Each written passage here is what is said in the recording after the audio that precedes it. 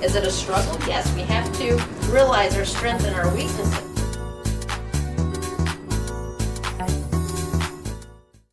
Hi, and welcome back to Why Not with Janice, and I'm your host, Janice. Our show is about helping others who help themselves and reach their goals.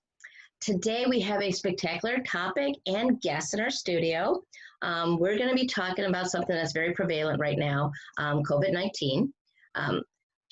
Our topic today is the emotional impact of COVID on the workforce. The guest we have today is Alexandra Glumac. She is a workforce consultant in the south suburbs of Chicago, all around Chicago, actually. She's going to talk to us about dealing with COVID in the workplace. What's going on right now, some people are losing their jobs, some people are working at home. It's a different environment and different times. We haven't seen anything like this since 1918. So she's going to give us a lot of different advice and tips and how we can cope with this. Welcome to the show. Thank you, Janice. It's nice to be here. Great. First, why don't you tell us a little bit about yourself? Sure. So as you mentioned, my name is Alexandra Glumac, and I wear many hats, but the hat that I'm representing today is the one that's passionate about our workforce, the United States of America's workforce, and their mental health. As we know, COVID has created a complete and utter chaotic environment for us. It has been nothing but traumatic for many of us. It's been an upheaval in the way that we live our lives, from going to work, from being able to go to the store, to our summer vacations, to schooling for our kids. The list goes on and on. But it's impacted our workforce, and we need to pay special attention to that workforce and their emotional needs. So my background is actually of a clinical therapist. I'm a licensed clinical professional counselor, and I'm also a certified alcohol and drug counselor. And even though I don't work in that field anymore, and I focus primarily on workforce education, I work in the field of education. Having that clinical background is very, very useful in this time. I'm also the owner of a business called Glumac Consulting Group, and my company goes into different organizations, municipalities, businesses, companies, and provides any type of consultation that's needed in the area of human resources. So I can assist with writing handbooks and other policies and procedures. I also can do a lot of training. I do so many different types of training, including things like leadership, customer service, communication, conflict resolution, and more so now, how to deal with COVID in the workplace. It's not just about, oh, gee, we have this change in our lives right now, but really our employees are impacted by this. They're going through really tough times. And so what can employers do to help with that? Okay. Yeah. Great. That sounds like you really have a grip on every aspect of the corporation or the corporate life. Yes. It really is. I've got my finger right now on the emotional pulse of businesses, because even though they're starting to open and things are trying to get back to some sort of normal, which I don't even know when that's going to exist. Right. You've got people that have been battered and torn because of this virus. And you have employers that may not know how to deal with that, may not know how to help their employees, and that's where I come in. Oh, okay. Great. So a couple questions now. I know a lot of people are losing their jobs. What first is that impact? Because people are losing their jobs from COVID, because people have to close their businesses down and people can't go to work. So we'll get into the people that are working at home. That's a different environment. Right. But what can you even suggest to people like that are losing their job because of COVID, how they can either market themselves differently, and how can they just cope with the change? Because some people might be temporary if things open back up. Sure, absolutely. I think the first thing for anybody who is going through a rough time because of COVID, and that's pretty much most people, is that you have to honor your feelings, first of all. It's really easy to say, oh, I'm not bothered. This is okay. I'll deal with it. This too shall pass. You can say all those things when underneath it, you might be scared to death. When am I going to find a new job? when is this going to let up so that we can have some semblance of normal again? What am I going to do about my kids? How am I going to feed my family? What about health insurance and all the different things that come with that? You have to honor how scary this is and be okay with having those feelings of being overwhelmed, of being taxed to the max, like not having anything to give anymore, being so exhausted from how stressful and traumatic COVID has been for our country, for the world, for that matter. And so first of all, I would say, be kind to yourself and recognize that you're struggling. Recognize that it's okay to say, I'm having a rough time here. I don't know what to do. I don't know where to go from here. It's okay to feel weak. It's okay to feel as though you don't have all the answers. A lot of people try to put on that brave front and pretend like everything's okay. And they keep denying and denying what's really going on inside. So my first piece of advice would be to honor yourself and honor where you're at and let you know and give yourself permission to be okay with maybe being miserable right now, being okay with feeling a lot of doubt and a lot of anxiety about what the future holds. And you said something very interesting, Janice, that I really liked. You said something about how do people maybe create themselves anew? How do people maybe start to market themselves differently? And here's the kind of exciting thing, if you want to call it that, about COVID, is that we do have a great opportunity right now to take a look at ourselves on a personal level, on a professional level, on a physical level, social level, and so on, and say, what can I change? We are changing, so now is the time to change. So coming up with another idea of who you are and what you want to do with your life. Maybe it's taking a class. Maybe it's expanding on a hobby. Maybe it's joining some sort of an organization that you feel very, very passionate about. Change is important, and this is a time of change. So let's jump on that wagon, because it could lead to some really exciting opportunities. Right, readjusting, being resilient to the situation. Now, when it comes to like corporations, I mean, no one can even plan for this. No one even thought this was going to happen. But is this similar planning that maybe corporations have in place for if they have to do mass layoffs or things like that with their employees? Do a lot of corporations even have something for social emotional for people when it comes to layoffs or cutbacks? How does that play into the same? If you're a quality company, you do. If you're a company that really values your workforce and values their social, their emotional and mental well-being, then you do put programs and things in place so that they're not going to feel so isolated or so distraught over losing their job or being downsized or something along those lines. As far as what companies can do, your larger companies, your big corporations, they can afford what's called an EAP, an employee assistance program. Many big companies have them. And what an EAP does, it provides the workforce with free counseling sessions so that you don't have to use your insurance benefits.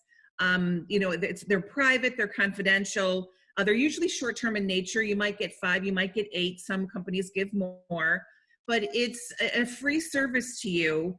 And there's also other things that might be part of the EAP as well. They might have some group things. They might have other supports. They might have some financial counseling, some legal help.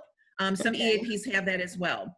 But your smaller companies, this is what I'm worried about most, are those smaller companies that either don't have the ability to and can't afford an EAP for their employees, or they don't even have insurance that they can give their employees so that they could use that for professional services.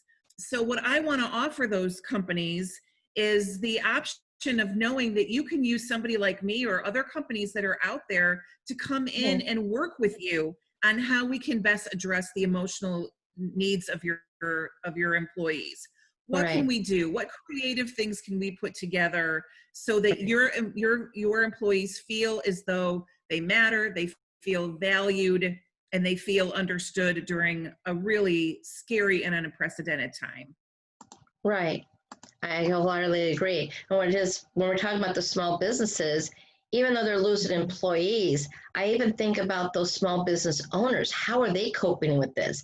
It's not Yes, only that they're having to let go of their employees, but that's most likely a lot of their pay in their job that they're losing too. absolutely. How are they able to cope with Absolutely. that also? It's a bigger Right. burden that you're holding on to employees or trying to help them out, and you have your own family to help out. Any advice for Absolutely. people like that because they're burdened by this? Yes, don't do this alone. You're not alone. Mhm. There's so many of you out there. So why don't we come together and support each other? We can do that in terms of support systems and groups and I mean there's just so many creative ways these days to be able to reach people, through social media and all of that sort of thing. But you're not alone, and reach out and work with each other. Your local chambers of commerce also. I'm involved with the South Holland Business Association along with some other chambers, and we're thinking first about our members, Mhm. and we're asking you, what do you need from us? Is Okay. it more resources to get some extra money in your pocket? We have that for you. Is Okay. it opportunities to do business? We will create those for you. And is it Hmm. just a soft place to land because you're having a rough time and you need somebody to feel as though they're listening to you and really understanding what you're going through?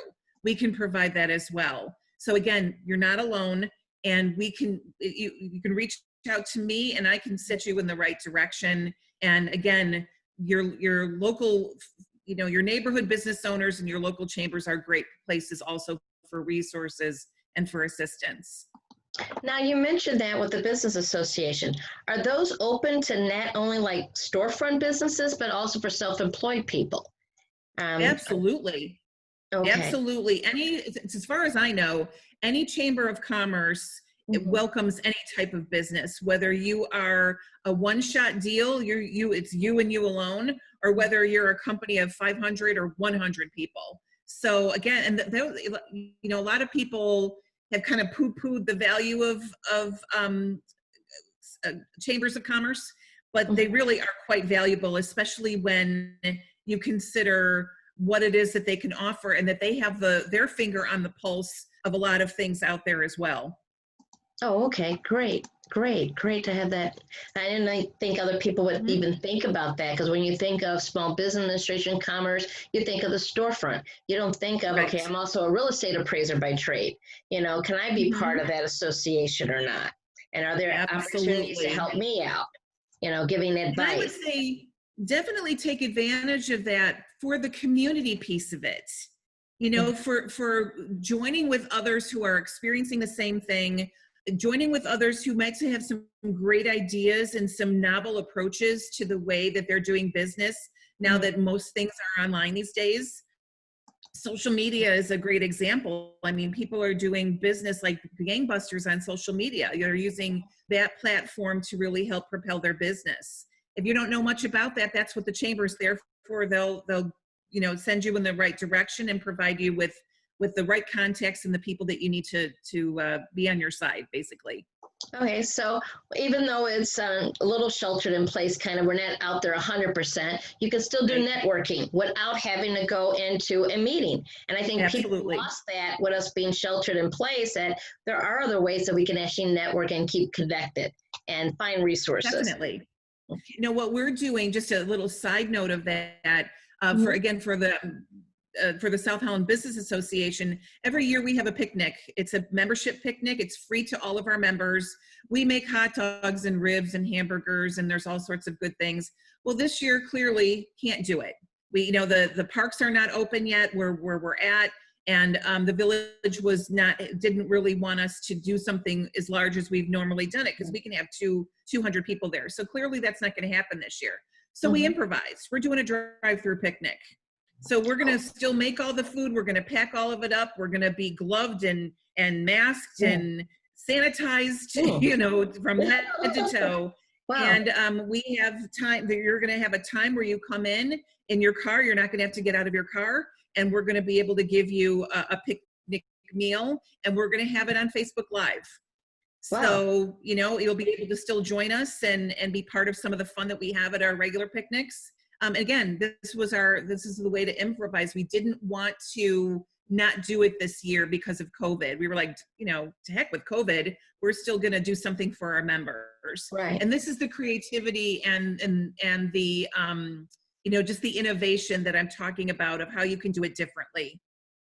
Right. And that's what people need to realize. We have to start becoming creative and improvising and looking outside of the box versus just, right. Oh this is something that's happened. I'm just going to wall up in a ball, I hate to say it, and not do anything. Right. You have to do something.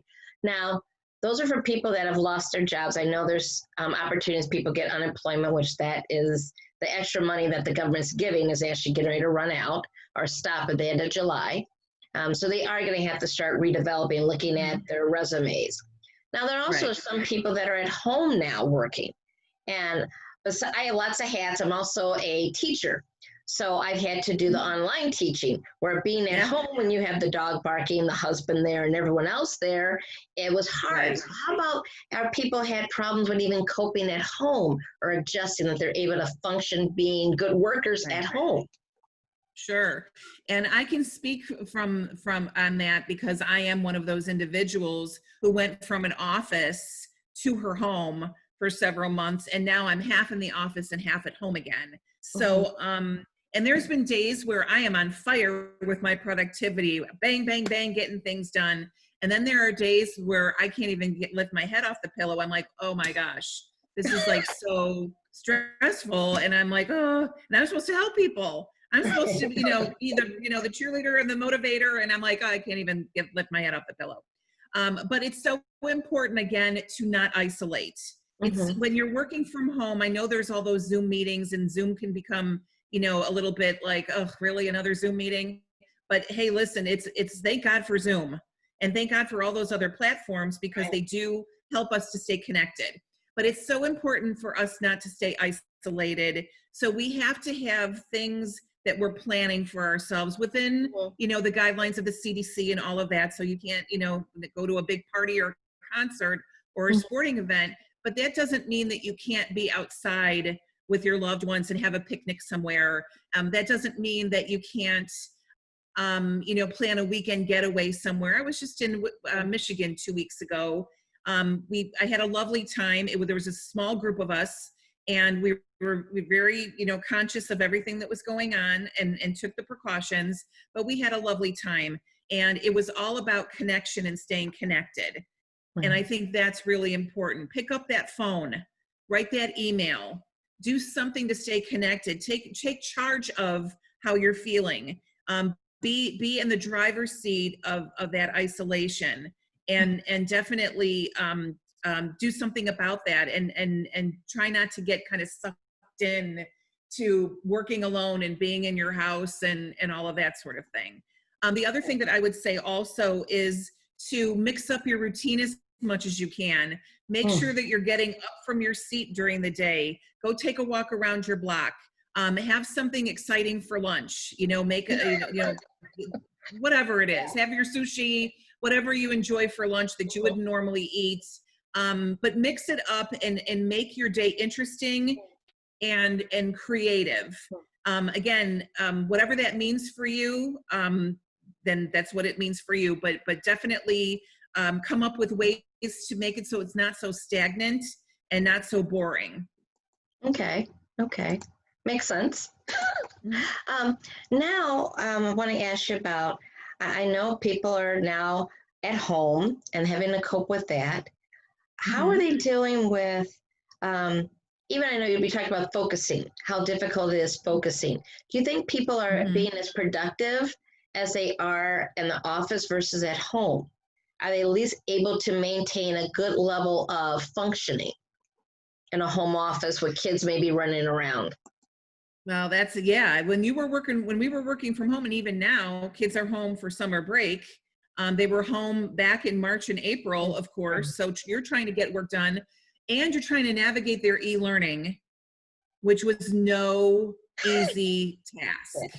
Right? No, for those of you that are parents out there, you are probably like, oh my God, how is this e-learning going to work?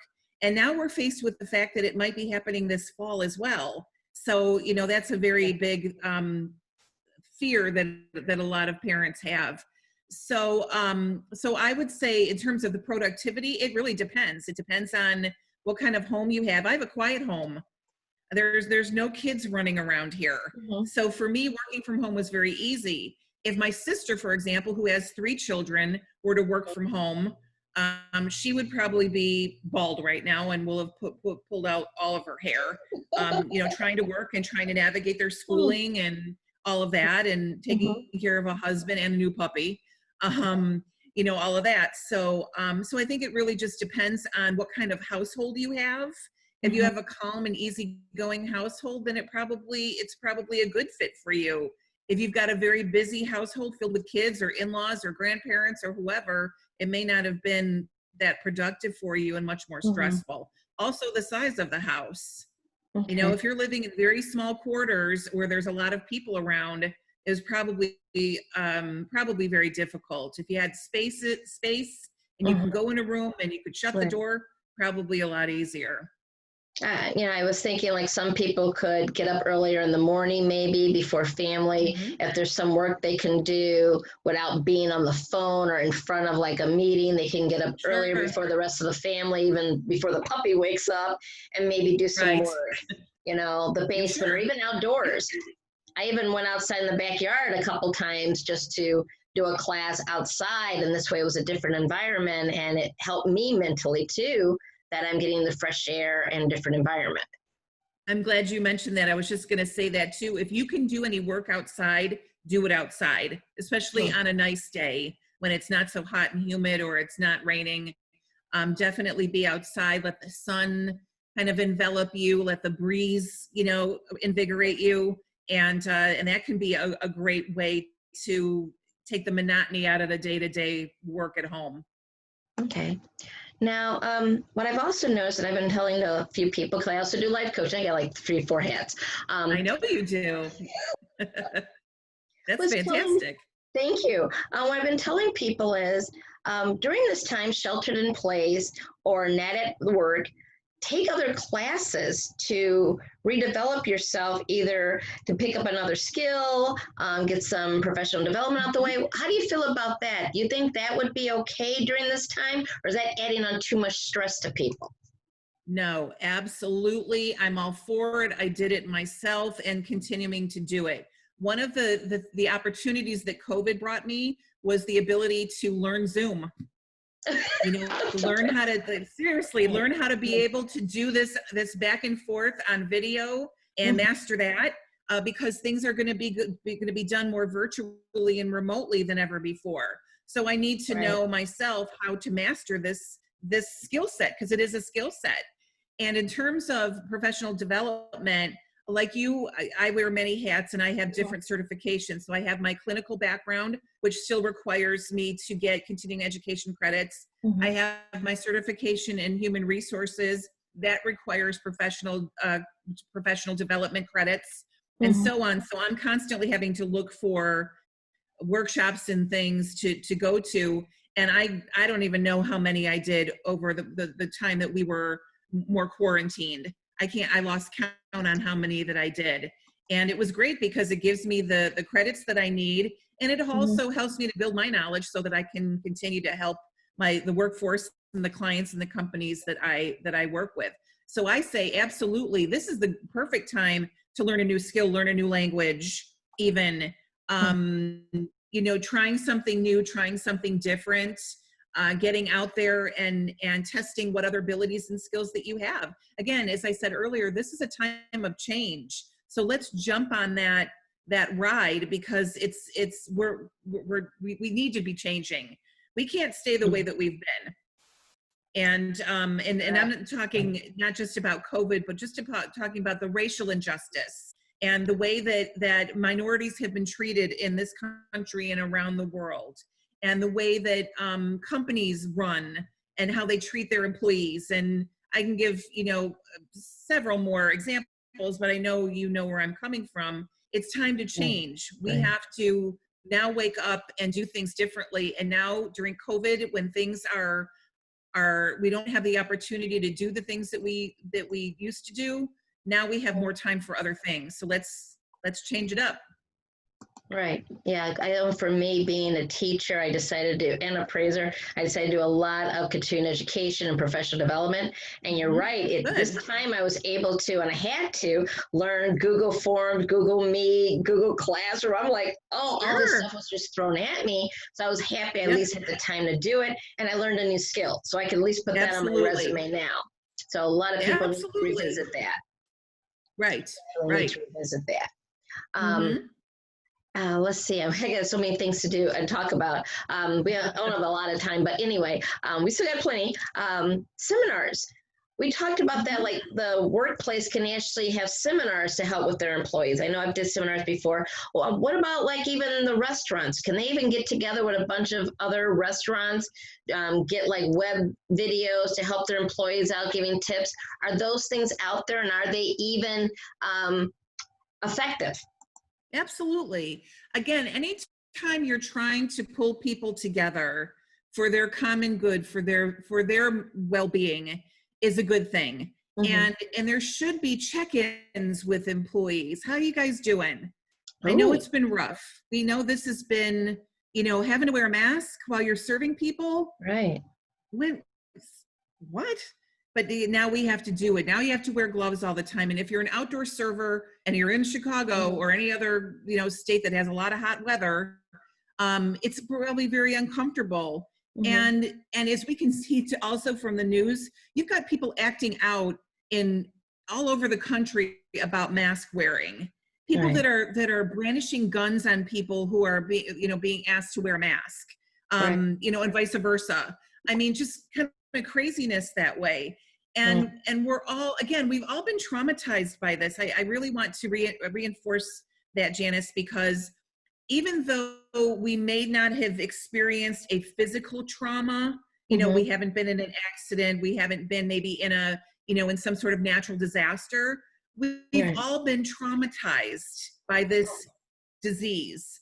Whether we got it ourselves, whether a loved one caught it and they made it, or they passed, or they were in the hospital and you couldn't go see them, whether you lost your job or you have to work from home, or your kids had a bad reaction to e-learning, or the thousands of other different scenarios that were so traumatic for people, and then put that whole racial injustice and the protesting and all of that that just undid cities by all of the violence and all of that.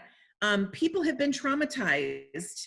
And I really want to reiterate how important it is for employers to check in with their employees. How are you doing? How are you feeling? You don't have to be their therapist, because if you're not a therapist, then you shouldn't be putting on a therapy hat, but you should be checking in with them and saying, what can we do for you? What would help you to feel less stressed about going to work? What would help you feel calmer about how we're moving forward in our company? What can we do to empower you? What can we do to help you feel as though the stress is lessening, or at least we're listening? What can we do? And so, like you had said, those conversations, like having restaurants come together, the restaurant industry or a company or whoever coming together and just having a meeting and not having it being a staff meeting. So what are you doing today? And how's your, what are your deliverables on this? And how is your productivity on that? None of that, but how are you? And the true, like, lean forward, what's going on with you guys? How are you? Tell me what's happening. Tell me how you're feeling. That makes a huge difference in the response that you'll get from an employee about their work.